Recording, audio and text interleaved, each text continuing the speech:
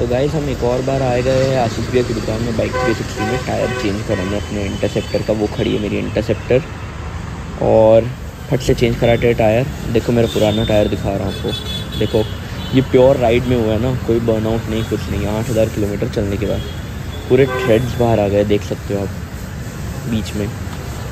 तो ये pure ride में है, प्योर राइड क्यों है, कुछ नहीं। टायर निकाल दिए भैया, अब थोड़ा वेट करते हैं नया टायर का। पूरा निकाल ही दिए। बहुत टाइम लगा इसमें गाइस। ये देखो गाइस लग गया नया टायर।